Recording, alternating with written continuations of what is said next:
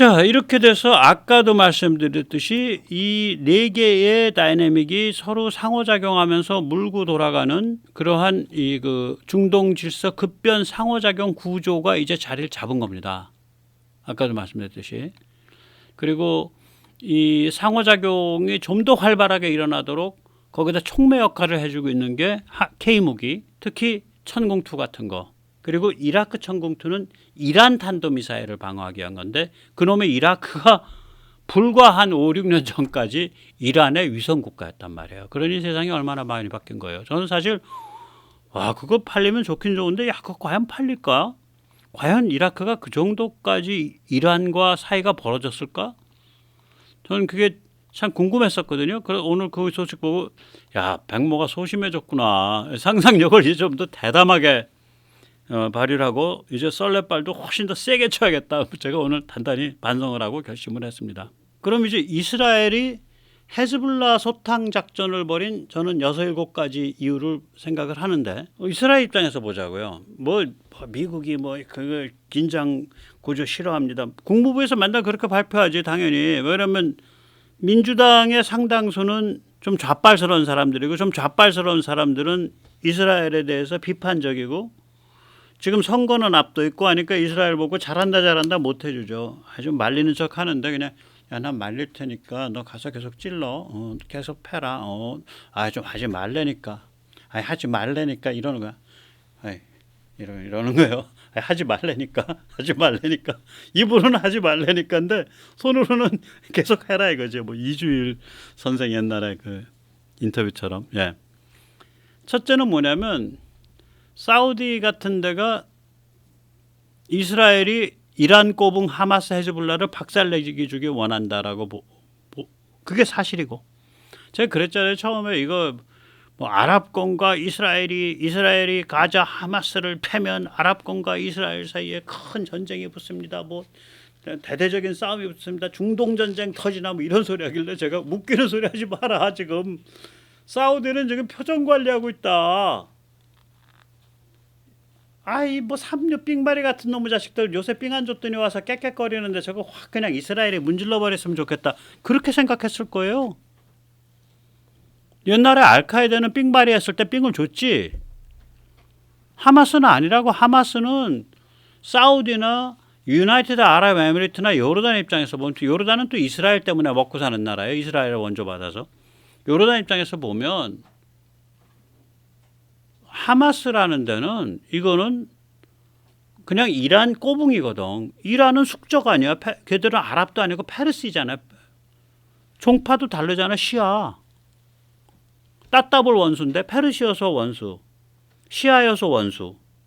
따따블 원수의 꼬붕인데 이스라엘이 패준다는데 얼마나 고마워. 그 다음에 그러면 이스라엘에 반대해갖고 그 수많은 아랍의 민중이 들고 일어납니다. 근데 그 아랍의 민중들이 전부 왕실에서 베풀어주는 요람에서 무덤까지 그 사탕을 물고 사는 사람들이고 사우디 같은 경우에 뭐 25세 이상쯤 되면 인구의 절반 이상이 심장병, 당뇨병, 과다 비만이고요. 그런 사람들이 뭐 길거리에 나와서 무슨 시위를 해? 말도 안 되는 소리지. 둘째. 이스라엘이 보기에 러시아의 중동에 대한 영향력 끝났다 이거요. 이제 중동 질서 다시 짤 수밖에 없다 이렇게 보는 거죠. 셋째, 이란 안에서는 친더파와 자주파 사이에 권력투쟁이 전개되고 있다. 자주파로 보통 꼽히는 인물이요. 지금 현재 현 대통령 마수드 페제시키안이야. 그 다음에 전 이란 의회 국가안보위원장 내셔널 시큐리티 커미티 위원장이었던 헤시마틀라 힘들어. 팔라핫 피쉐. 예. 힘들어요, 발음이. 이런 사람들 발언하는 거 보면요. 이란은 러시아에 줄 서면 안 됩니다. 이건 특히 헤시마틀라는 특히 그래요. 이건 내놓고 말할 수 있는 사람이니까. 영향력 큰 사람이라 그러더라고요. 이란 러시아에 줄 서면 안 됩니다. 이란이 스스로 고립을 자초하면 안 됩니다. 이런 말을 한단 말이에요. 계속해서 입에 달고 얘기해요. 그리고 우린 그렇게 해서 비즈니스 끌어들여야 되고 서방으로부터 돈 끌어들여야 됩니다. 그래야 먹고 삽니다. 이런 말을 해요. 그 공건하게 말을 해. 예. 그런데 이란의 지금 그 이란의 방송사들은 전부 아직은 강경파가 장악하고 있어요. 그래서 얼마 전에 무슨 방송사고 같은 사고가 났냐면 해시마틀라가 이제 인터뷰를 하면서 그런 말을 하려고 그러니까 갑자기 딱 끊기면서 화면이 싹 바뀌면서 안내 멘트가 어떻게 나오냐. 시간이 없어서 오늘은 여기까지 끝내겠습니다. 그러고 빠바바방 하고 노래 나왔어요.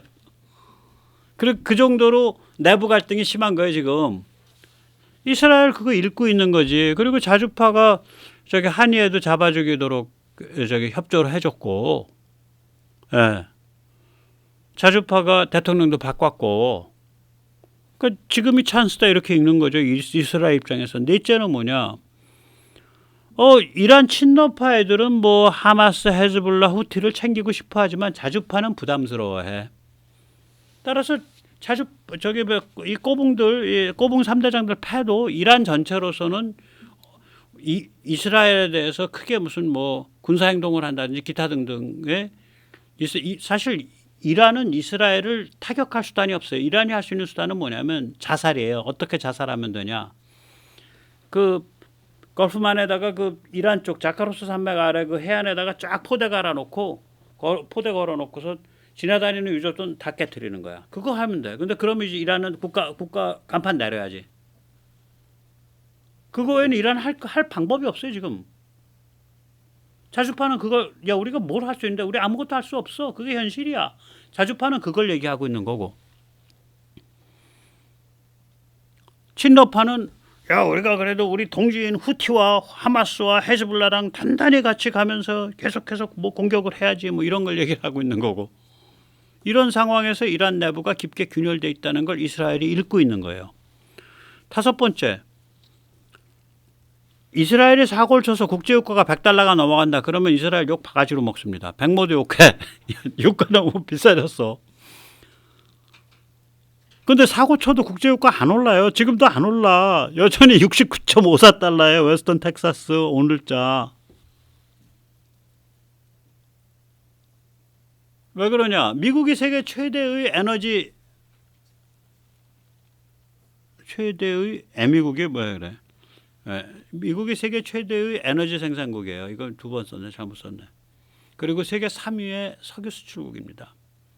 거기다 제가 언제 한번 따로 다룰라 그러는데요.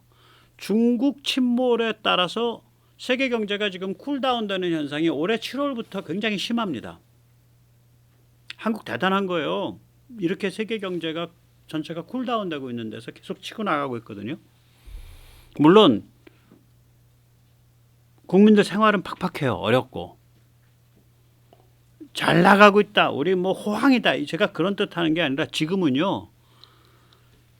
몸이 덜 상하는 놈이 이기는 거예요. 우리가 세계에서 제일 덜 상하는 경제입니다. 지금 일본 작살난 거 보세요. 유럽 작살난 거 보세요. 중국 작살난 거 보세요. 우리 얼마나 잘 견디고 있는지. 어쨌거나 그러니까 중국이 침몰하면서 세계 경제가 쿨다운 되니까 전체 물동량이 줄어들고 이렇게 이 상태로 쿨다운으로 가니까 유가가 딱 뭐 70불을 못 넘기는 거지. 그러니까 이스라엘이 아무리 사고 쳐도 유가는 계속 70불 이 짝 저 짝이야. 사고 치는 거죠. 여섯 번째 뭐냐. 이것 다시 또 이제 한국이죠.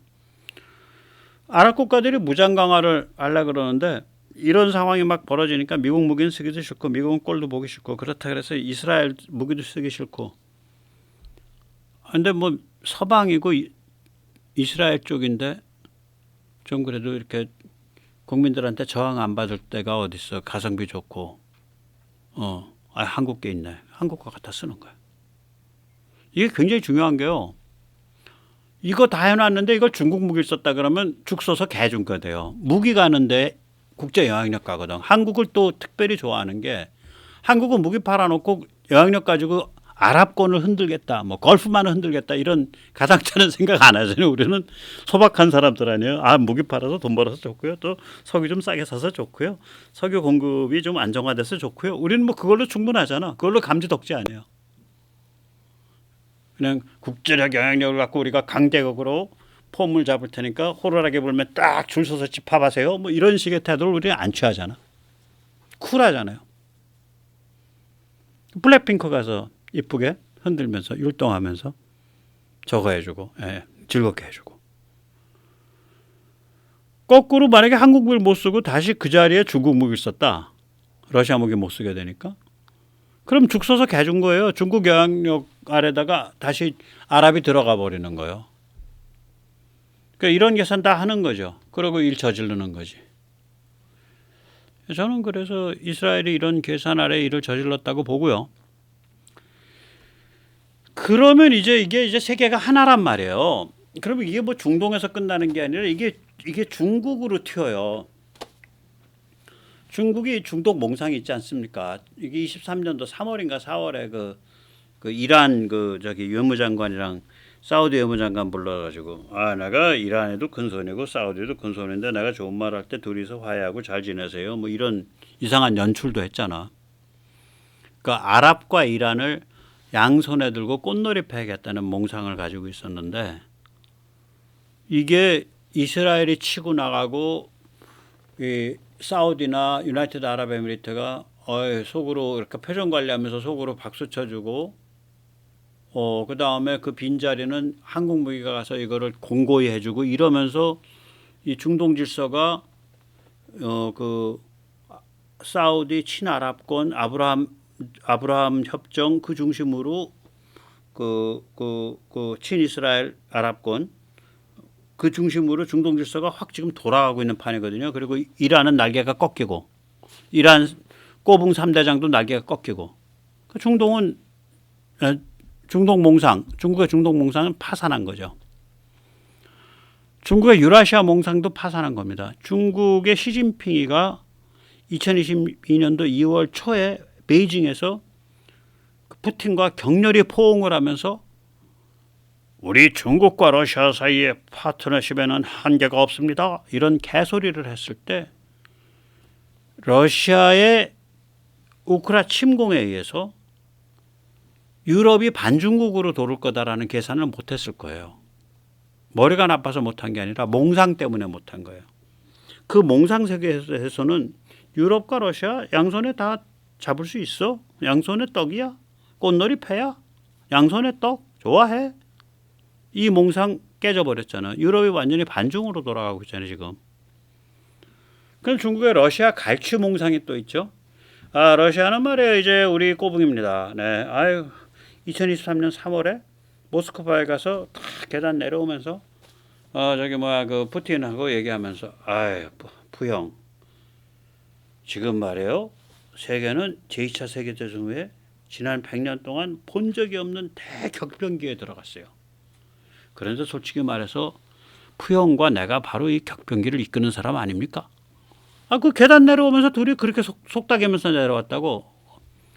호텔에 들어간 다음에 자기 꼬붕들 불러가지고 야 중앙아시아에 전화 돌려. 그 러시아 백펜치 시키고 중앙아시아 우리 중국 주도의 중앙아시아 정상회의 중국 중앙아시아 정상회의 한다고 다 오라 그래. 러시아를 갈취하는 거지. 이제 러시아 너희는 우리한테 꼼짝 못해. 그러니까 중앙아시아는 내가 털어먹어야겠다. 얘들이 이런 애들이에요. 중국 애들이. 그날 했다니까. 그날. 농담이 아니라. 그날인가 그 다음날 초청장 때렸어요. 중앙아시아 국가들한테. 그 중앙아시아 중국 정상회의 초청장을. 그 빨간 주단 깔아놓고 이상하게 정신병같이 한 거. 그 시안에서. 예. 근데 이거는 러시아 전쟁 끝나면 이거 파산합니다. 러시아가 중국에 붙겠어요? 러시아의 로망은 유럽이 되는 거거든. 지리적은 유럽이잖아. 우랄 산맥 서쪽이 유럽이니까. 정신적, 문화적, 경제적도 유럽과 통합하고자 하는 거예요. 러시아 로망은. 유럽에 팔 게 훨씬 더 많고 유럽에서 돈이 많이 생기고 다시 그렇게 돌아간다고 좀 봐요.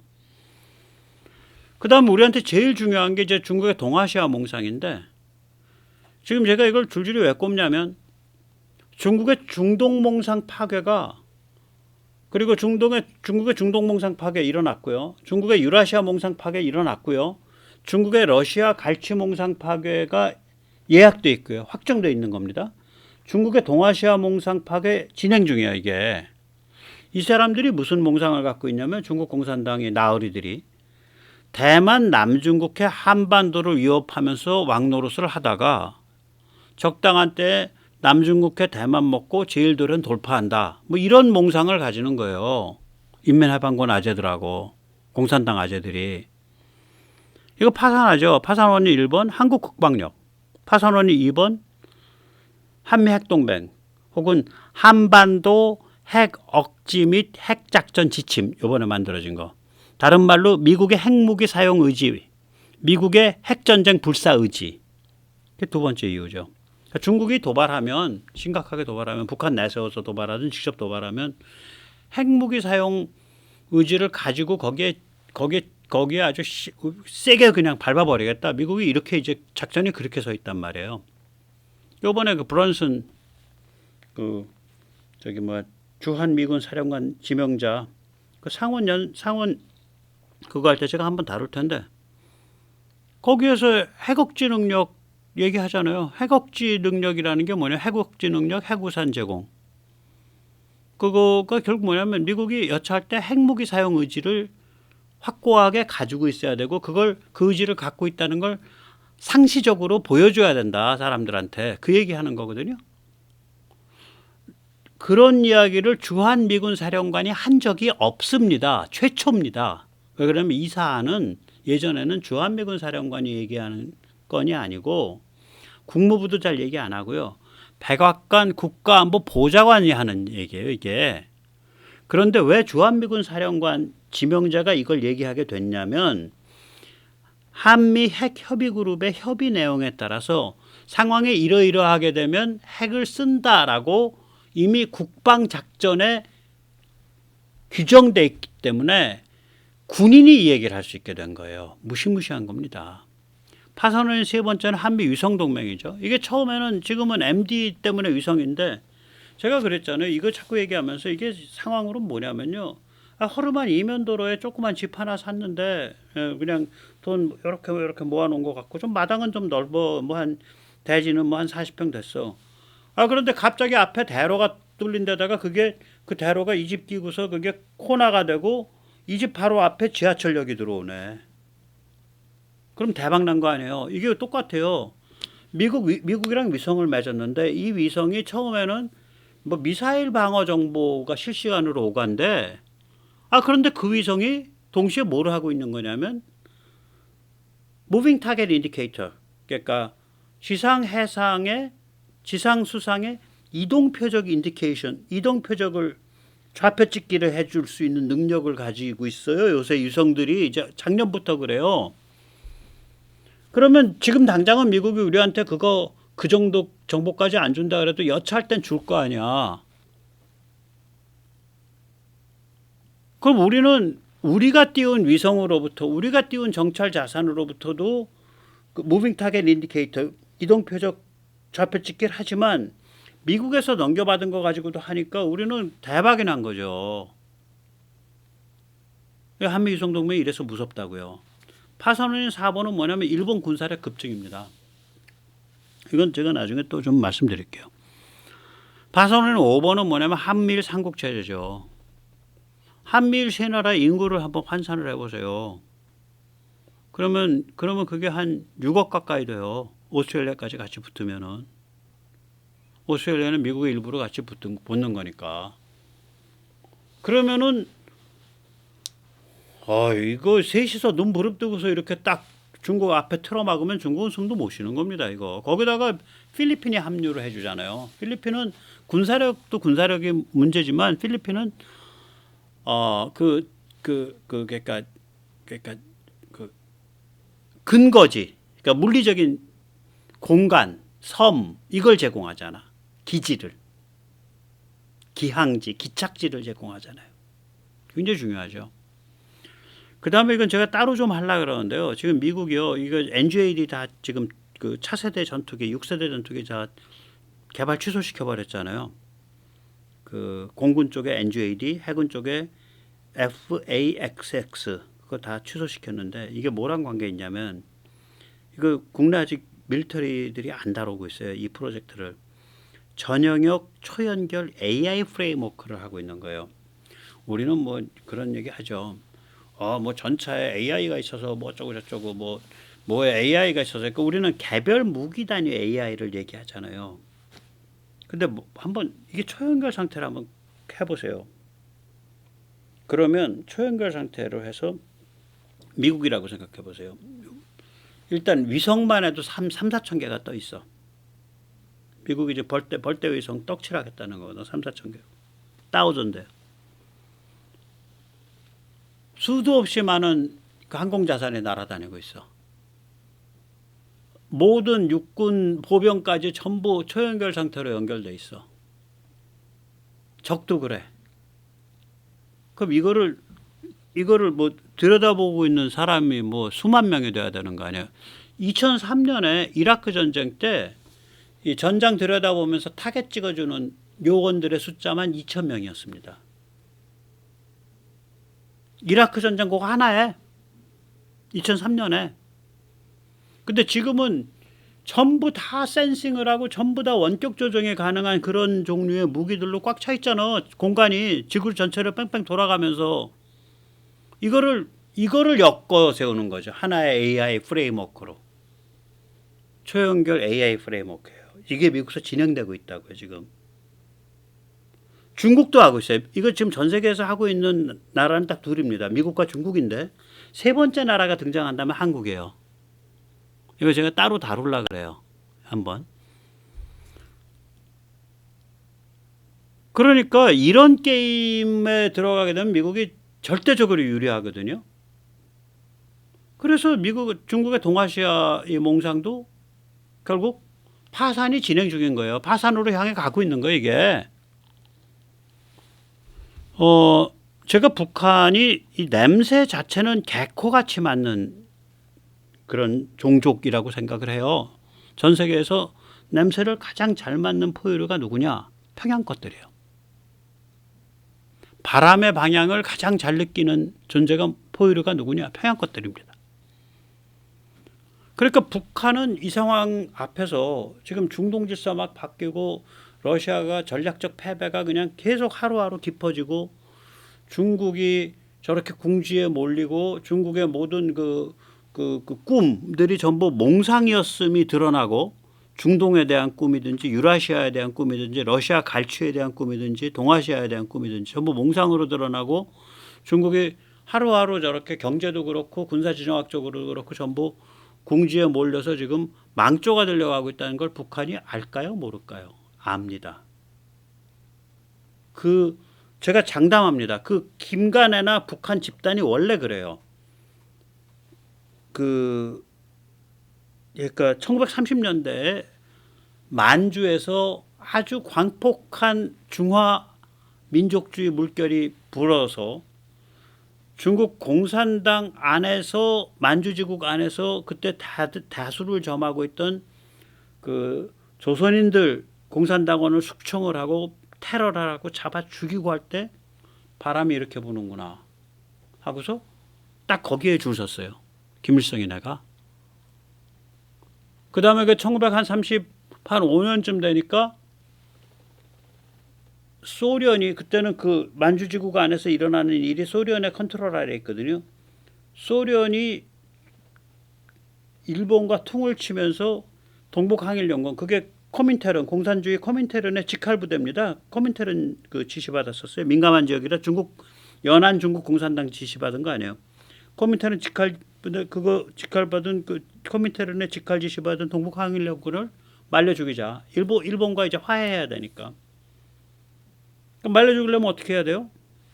동북항일연군의 움직임을 낱낱이 소련 측에 보고를 해주고 소련이 그걸 일본에 알려주고 일본이 그걸 소탕하는 이런 일이 벌어지는 거거든요. 그게. 그리고 보급 끊고 소련이. 그 소련에 보고해주는 역할을 한 게 김일성이네요. 그래서 김일성이는 그 저기 소련 쪽으로 넘어가서 나중에 88 국제여단 대좌를 하고 거기서 결혼하고 거기서 김정일을 낳잖아. 그러니까 김일성이가 이 그리고 그 다음에 저기 뭐 해방 공간에 들어와서 소련에 딱 줄 서가지고 낙점을 받고 그 다음에 1956년에는 그 크루스초프 때 잡혀 죽을 뻔하다가 헝가리 사태 터지면서 딱 포지셔닝해서 그 중국 소련 사이에 쌍방 삑 뜨는 구조 만들어서 체제를 영구화시키고 그 체제 영구화된 데다가 그 아주 영민한 아들이 나서가지고 거기다 악마의 교리를 만들죠. 그게 김일성 유일사상이지. 그것의 바탕에서 제일 먼저 숙청한 게 김일성의 처남이죠. 김광엽이. 그러니까 저쪽 집단은요. 지구상에서 존재하는 포유류 중에 사람도 아닙니다. 넓혀야 됩니다. 포유류까지는 최소한 넓혀줘야 돼요. 포유류 중에 개 다 포함해서 개, 원숭이, 고릴라, 침팬지 다 포함해서 포유류 중에 바람이 어디로 불고 있나를 제일 잘 느끼는 집단이고 지구상의 포유류 중에 무슨 일이 진행되고 있는지 냄새를 제일 잘 맡는 집단이에요. 피냄새를. 누가 망하고 누가 흥할지. 진실의 냄새가 아니라 흥망에 관한 피냄새를. 그게 이 안에 배어져 있는 포유류들이에요. 저 집단이.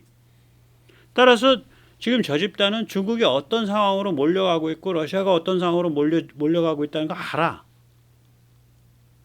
그러니까 발작을 하죠. 발작을 하는 거예요. 중국 보고 챙겨달라, 러시아 보고 챙겨달라, 이도저도 안 되면 우리 이 정도 갖고 있으니까 몸값 잘 쳐주면 우리 체제 미국에 매각할 수 있어. 이런 시그널을 계속 보내고 있다고 전 생각을 해요. 오늘 아침에도 몇 발의 그 미사일을 쐈는데 이거 웃기잖아. 사거리가 자기들 주장은 320인데 관측은 400km 나와요. 관측이 정확하죠. 타겟은 원래 이런 건 바다를 향해 쏴야 되는데 육지를 향해 쐈어요. 함경북도. 이것도 뜻이 묘한 거지. 여차하면 중국 향해서 쏠 수 있어, 러시아 향해서 쏠 수 있어. 이 시그널일 수도 있어요. 이게 지금 과격하게 표현하면 중앙일보 보도에 의하면은 그 김정은이가 중국에 대해서 지 할아버지가 썼던 용어를 쓴다는 거 아니에요. 그러니까 중앙일보는 그게 지 아버지, 지 할아버지가 썼던 용어라는 걸 모르고 그냥 김정은이가 중국에 대해서 숙적이라고 표현했다 그러는데 김정일과 김일성이 중국에 대해서 천년의 숙적이라 그랬어요. 그러니까 육지를 향해서 쐈다는 게 무슨 뜻인지 우리가 생각을 해봐야 된다고. 얘들 바보 아니에요. 저런 게 다 계산된 정치적 상징이라고요. 탄두 중량은 뭐 주장은 4.5톤인데 이건 좀 사기 같다. 국방부에서 그렇게 얘기를 하고 있죠. 네, 그래서 우리가 지구가 다 이제 다 엮여 있습니다. 지금 뭐 그러니까 그 이스라엘이 삐삐 폭탄을 터뜨린 거, 또 우리가 이라크에 천궁투 미사일을 판 거, 이거 다 동전의 앞뒷면 같이 엮여 있는 일로서 그거는 중동 질서에 굉장히 빠른 급격한 변화가 진행되고 있다는 걸 뜻하는 거고요. 그거는 곧바로 옮겨 붙어 가지고 중국의 중국이 궁지에 몰리는 것에 하나의 중요한 하나의 중요한 단계를 의미하는 거고요. 중국이 그렇게 몰릴수록 북한은 점점 더 기이한 행태를 하게 된다. 이상한 행태를 하게 된다. 오늘 여기까지 모시겠습니다. 감사합니다.